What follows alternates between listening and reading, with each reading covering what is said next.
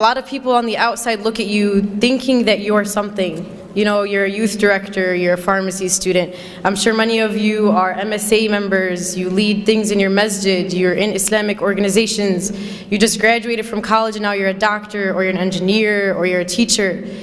You just grew a beard and now people are calling you sheikh. You just wore the hijab and people are calling you sheikha. And you know, sometimes it's kind of hard to reconcile the fact that all of these people are looking at me thinking that I am something, attributing the status to me, you know, thinking in their mind that I am superhuman, or thinking in their mind that I'm angelic, or thinking that I'm better than them. And the question comes, well, what happens when the people see something of me, but when I look at myself in the mirror, I see someone completely different? What happens when the person that people see is not who I actually believe that I am? And how do we reconcile between that? So I hope that this is a struggle that I'm not the only one facing. Does anyone kind of feel me on this? All right, alhamdulillah, that's good. I actually have a story that kind of just goes along with this. One of my halqa students actually came up to me the other day. Actually, this was a couple months ago. And she was like, so Shereen, like when you go home, like do you just eat dates and drink zamzam? And I was like, no, homegirl, I eat cereal in the morning, and I eat burgers for lunch, and I eat kushari for dinner. You know, I'm normal. You know, just because I'm at the masjid doesn't mean that I eat something different or I breathe a different type of oxygen than you do. And unfortunately, you know, when we work in these types of organizations or in our masjid, people start to look at you and think that you truly are not human, or that there's, you know, something superhuman about you.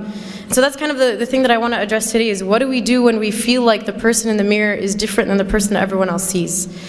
So subhanAllah, you know, something that we have to do is first try to understand whether those people are two different people. Whether the person that you see in the mirror is truly different than the person that your community sees. Or whether you're just being too harsh on yourself and you truly are amazing. Or whether you're thinking of yourself too highly and you really should start to reconsider some of the things you've done. And so I kind of came up with a litmus test as to what you can ask yourself to try to understand whether those two people are really two people or if they're one. And the first question that you can ask yourself is, and I want you guys to think about this, if I were to go up to someone in your community whom you work with, or if I were to go up to someone, you know, on your shura in the MSA, or someone in your masjid that you work with, or someone that you've mentored in a halaqah, or someone that you work with at work, you know, your co-resident, or whatever it may be, and I were to ask them, you know, tell me about Shereen. Like, what is Shereen like? What does Shereen, when you're with Shereen, how do you feel? When these people are with you, how do they feel when you're around them? And think of that answer. If I were to go up to someone at work or someone that you work with, what would they describe you as? Okay, think about that in your mind. Now, if I were to go and ask your sibling at home, or ask your mother, or ask your father, or ask your brother, what is Shereen like to you? How do you feel when Shereen is around you? How does Shereen make you feel? Do you get a different answer? Is it that the people outside think something of you, and when you treat them a certain way, yet you go home and you treat the people at home differently? And if you find that those two answers are different, then know that there's a problem. And again, I wrote this because I need the answer, and I'm saying this to myself before anyone. My mother's in the audience and she can attest to this. But I'm sure many of us can look within ourselves and say, you know what, those two answers are different. The person that I am on the outside is different than the one I am at home. The person that the community sees of me is different than the one that my mother sees of me. You know, and the Prophet ﷺ told us, he said, خَيْرُكُمْ خَيْرُكُمْ لِأَهْلِهِ وَأَنَا خَيْرُكُمْ لِأَهْلِي. He said that the best among you are the best to your family, and I am the best to my family. Why does the hadith not say, خَيْرُكُمْ خَيْرُكُمْ, the best of you are the best to your communities? Or the best of you are the ones who give the best speeches? Or the best of you are the ones who give the best halaqas? Or the best of you are the best at work? Because it's really easy to be good outside. It's really easy to be nice to the people at work, because if you're not, they're going to subtweet you on Twitter. And if you're not, they're going to think you're terrible, and they're going to have this illusion of who you are, and they're going to talk bad about you. But if you do something bad to your mom, she's not going to disown you, I hope. You know, if you're disrespecting your sister, she's still going to be your sister. But if you do something bad on the outside, you can potentially ruin a relationship. And so that's why it's easy for us to be good on the outside, but it's hard to be good at home. And that's why the hadith goes that the best of you are the best to your family, because your true character comes out at home. When you've had a long day at work or a long day at school, you face a lot of difficulties, a lot of struggle, you've had a hard day, and you've tucked it in so no one sees it of you, no one sees the flaws, no one sees the weaknesses. But then you go home and you unleash the monster. You unleash the thing that's been building within you the entire day. And who do you unleash it to? The people that you should care about most. The people that deserve the most respect from you. You know, and that's what we do. So I need you guys to think about that. And Aisha radiallahu anha was asked about the Prophet ﷺ. She was asked, you know, we know that the Prophet ﷺ on the outside is amazing. Tell us about what he's like at home. We don't get to see him at home. Aisha, tell us what he's like at home. And her response was profound, not just in the way that she described the Prophet, but the fact that it came from her. She said, كَانَ قُرْآنًا يَمْشِي, that he was a walking Qur'an. He wasn't just a walking Qur'an when he was at the masjid. He wasn't just a walking Qur'an when he gave a halaqah. Not just when he was in the community. He was a walking Qur'an when he was at home too. The Qur'an that he was walking, he walked outside and he walked inside. The people who were within his home felt the same way that the people on the outside felt. That's why this is profound. That's why this is important. But I'm sure all of us are trying to be that Qur'an and Yamshi on the outside. We're trying to be that amazing halaqah giver on the outside. We're trying to be awesome to everyone on the outside, yet to the people at home we don't care. And there's a beautiful line of poetry that I read the other day, and it's scary. Listen to this. What good am I if I do not fill the plates of the ones who fed me, but fill the plates of strangers? What good am I if I do not fill the plates of the ones who fed me, yet fill the plates of strangers? What good are you if the one who raised you doesn't see anything from what she's raised you with? What good are you as the one who fed you doesn't see any of the fruits of what she's taught you? The one who spent her blood, sweat, and tears on you for 20, 30 years. And the one who is the reason as to why you are who you are today.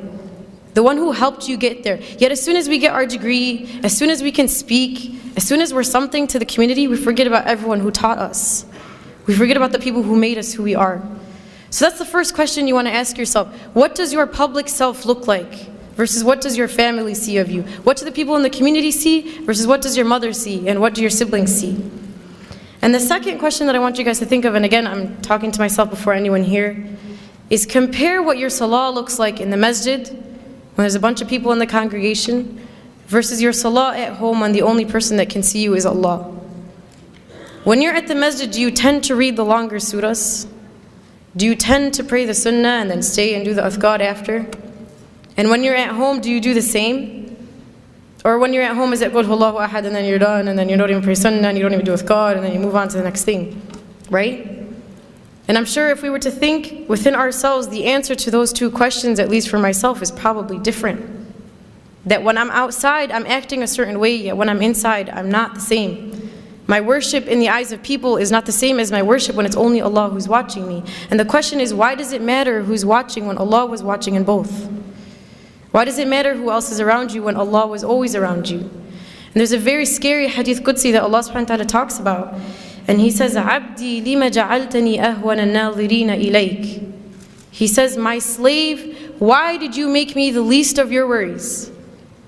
Why did you not care about the fact that I was watching you? He says, أَسْتَحْيَيْتَ مِنْ خَلْقِي وَلَمْ تَسْتَحْيِ مِنِّي.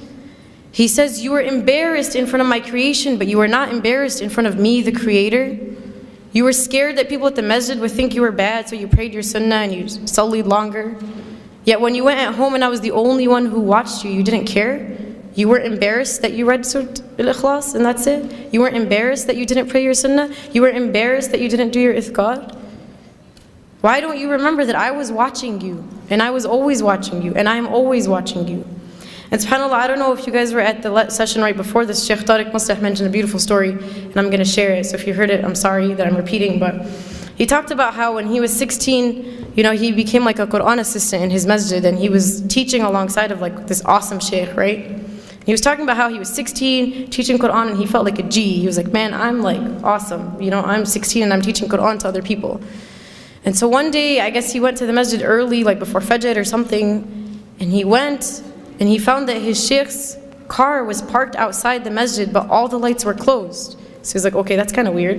And he mentioned that, he had to go make wudu. So he walks into the bathroom only to find that his scholar, his teacher, one who was taught by many righteous, amazing scholars before him, was on his knees cleaning the toilet of the masjid.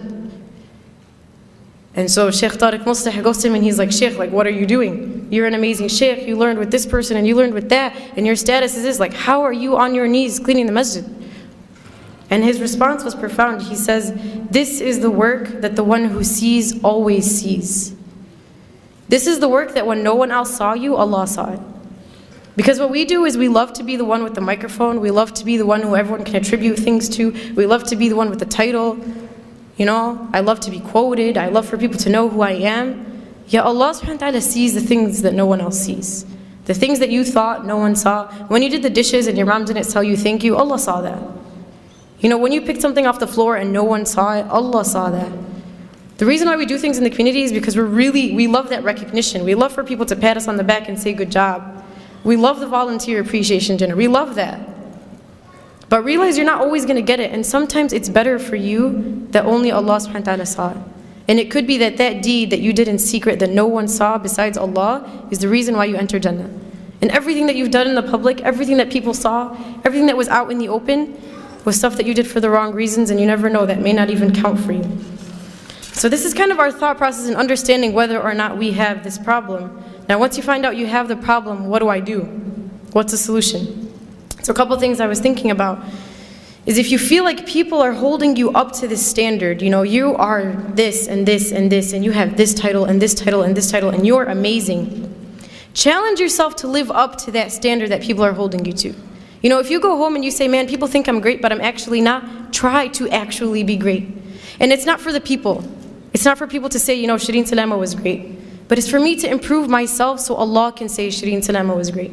For me to take the standard that you put me at and to try to actually achieve it. Not for you, but for Allah. And the second thing is that for every public deed that you do in the eyes of people, that you double that in your private life, in your private ibadah. That man, if you prayed in the masjid, try to pray at home when no one else can see you besides Allah. Try to wake up when everyone's asleep, in the dark, just you and Allah. Create that relationship.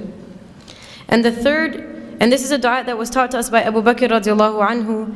He used to receive praise, and there was this beautiful dua that he used to say. And it goes, Allahumma ghfir li ma la ya'lamoon, waj'alni khayran mimma yadhunnun. Which translates to, O Allah, forgive me for what they do not know about me, and make me better than what they think that I am. Because it's funny, we like to cover up the fact that all of us have a hidden past. All of us have some secret, all of us have some sin, all of us have something that we've done that no one else knows. But remember that when you're being praised, that you once were in that state. Not to put yourself down, but for you to remember that Allah subhanahu wa ta'ala is the one who brought you there. And finally, and I'll conclude in reminding us that this is a journey. This by no means is something that we are going to accomplish. It's going to be a constant struggle.